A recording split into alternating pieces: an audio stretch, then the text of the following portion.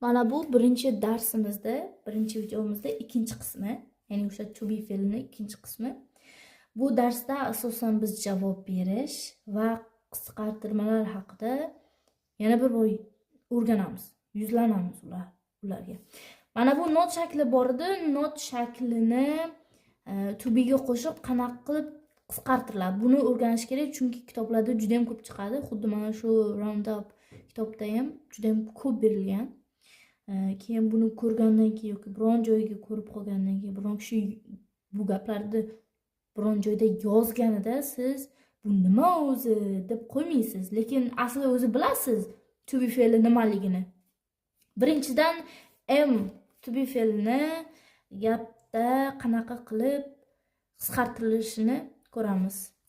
Notni biz amni o'zini qanaqa qilib, ya'ni mana shu bo'lishlikni qanaqa qilib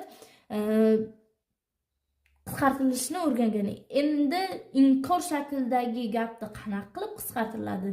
Unda mana bu to be kishilik olmoshida kelmaydi. Mana bu ikkalasi am bilan not birgalashadi, qisqartiriladi. Mana bular emas. Gap xuddi o'sha joyda turadi, faqatgina inkor shaklidagi qo'shimcha bilan to be da qisqartirasiz va sizga oson bo'ladi yozishga. Misol uchun I am not. I am not da bu yerda bitta qoida bor ekan. Faqatgina I da bor bu narsa, qolganda emas. Mana bu not am bilan chiqishmaydi bir-biri bilan. Do'st emas bular. Do'st emas. Bular bir-biri bilan yaqinlasha olmaydi. Bular bir-biriga qo'shilisha olmaydi. Qisqartira bilib bo'lmaydi. Oldingidek mana shu amni kishilik olmoshiga apostrophe, ya'ni mana am qilasizda, not qilasiz. Gap davomi ketaveradi. Bo'ldi. Mana bu yerda aytayotgandek notga to be qo'shilmayapti. Mana qolganlarda qo'shiladi. Shuni esdan chiqarmaslik kerak. Ana endi ketadi. Mana bu yer уже bir-biriga qo'shilaveradi, qisqartiriladi. You are not. You aren't deymiz. You aren't. Mana aren't. Mana are not ga qo'shildi va hech narsa o'zgarmayapti. Mana bu yerda o'ni o'rniga, mana bu yerdagi o'ni o'rniga bitta tutuq belgisi qo'yapsiz. Mana shu to be bilan notni ajratilmas, u bir-biriga qo'shib yozyapsiz. O'ni o'rniga t apostrof qo'yapsiz, bo'ldi. Aren't. You aren't a teacher. Sen o'qituvchi emassan, sen o'qituvchi emassan, deyapti. Xo'p, he is not Tom. He isn't Tom. He isn't Tom. Mana shu not o'zgaradi mana bunga. Mana bu yerda to be fe'li keladi. He isn't Tom. He isn't Tom. Mana bu yerda isn't. He isn't Tom. U Tom emas. She isn't. She isn't singer. U qo'shiqchi emas. It isn't cat. Bu mushuk emas. We are not football players. Biz nima degan? Futbol o'yinchilari emas. Mana bu yerda are. Mana bu shaklga keladi. To be da hech qanaqa mana bu yerdagidek o'zgarish bo'lmayapti, faqatgina qo'shilyapti va shu shaklda qisqartirilyapti, bo'ldi. Xohlagan shaklingizda qisqartirishingiz mumkin bo'ladi. Yoki xohlasangiz mana bu to'liq variantida ham yozsangiz mumkin. Xohlagan shaklda yozsangiz hech kim sizga bu yozayotgan narsang xato deb aytmaydi. Xo'p, aren't. Shunday talaffuz qiling. You aren't dancers. Sizlar raqqosalar emassizlar. They aren't dolls. Ular qo'g'irchoqlar emas. Ana endi so'roq shaklga javob berishni o'rganamiz. Qisqartirib javob berishni o'rganamiz. Bitta narsani ta'kidlab o'tay. Mana buni isn'tni yoki aren'tni, mana bu yerdagilarni gapni oxirida ajratib yozyapman. Yana buni you are not dancers aren't deb aytilmaydi. Shunchaki mana buni o'rniga mana buni qo'yasiz, bo'ldi. Hamma gapda shunday.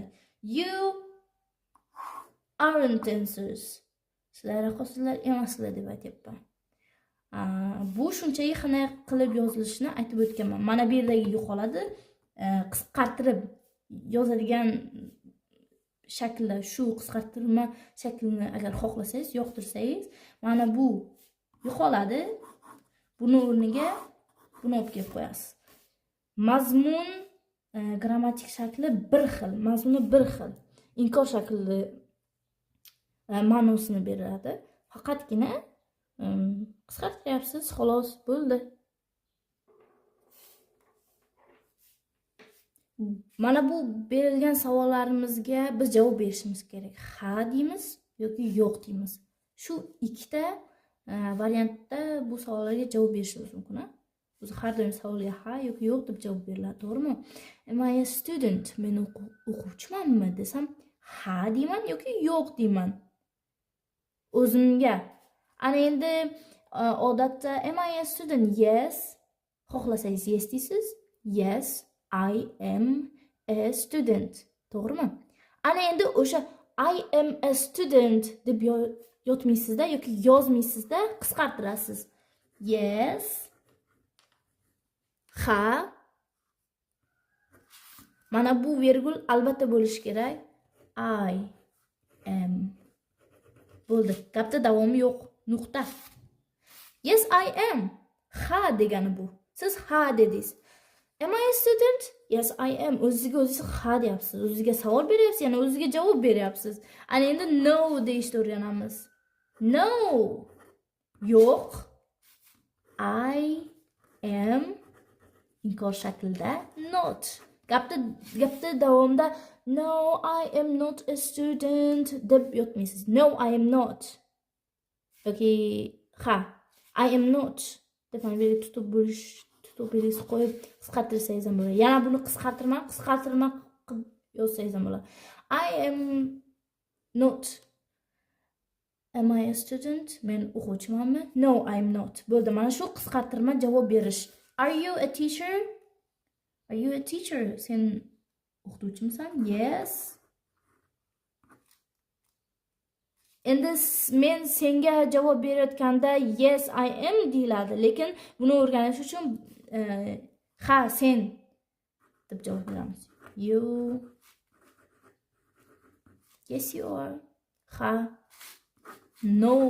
Inkor qilmoqchi bo'lsak, no, you're not.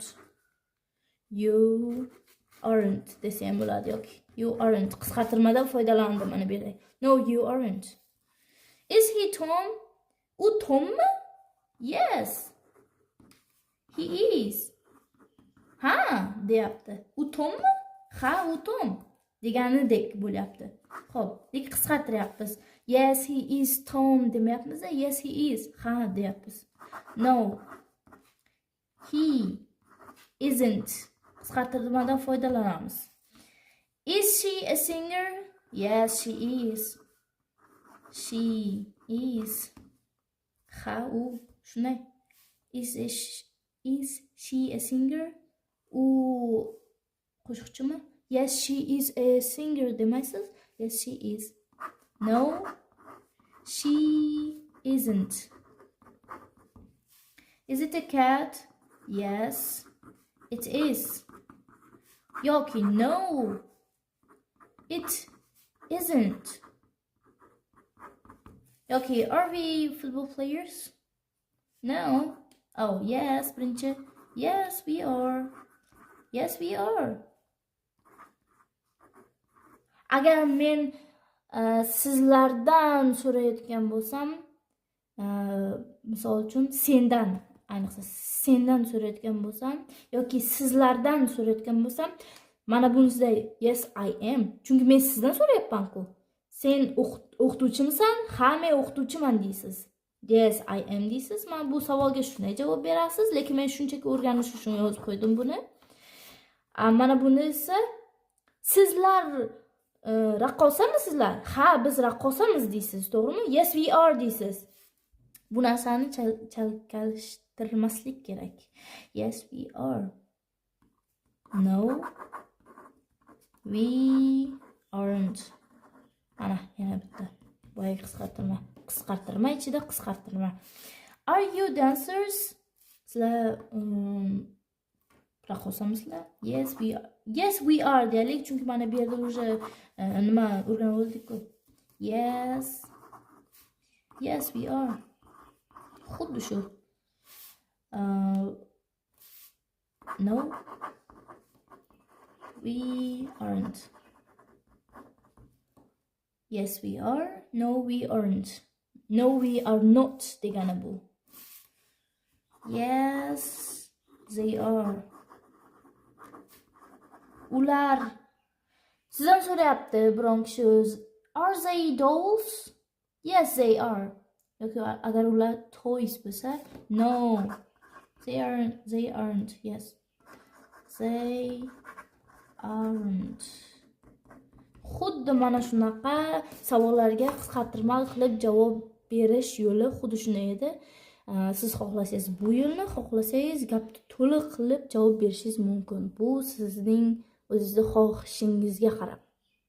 Lekin o'rganish kerak. Juda ham kerakli narsa. Juda ham oddiy narsa bo'lgani bilan kerakli narsa keyinchalik.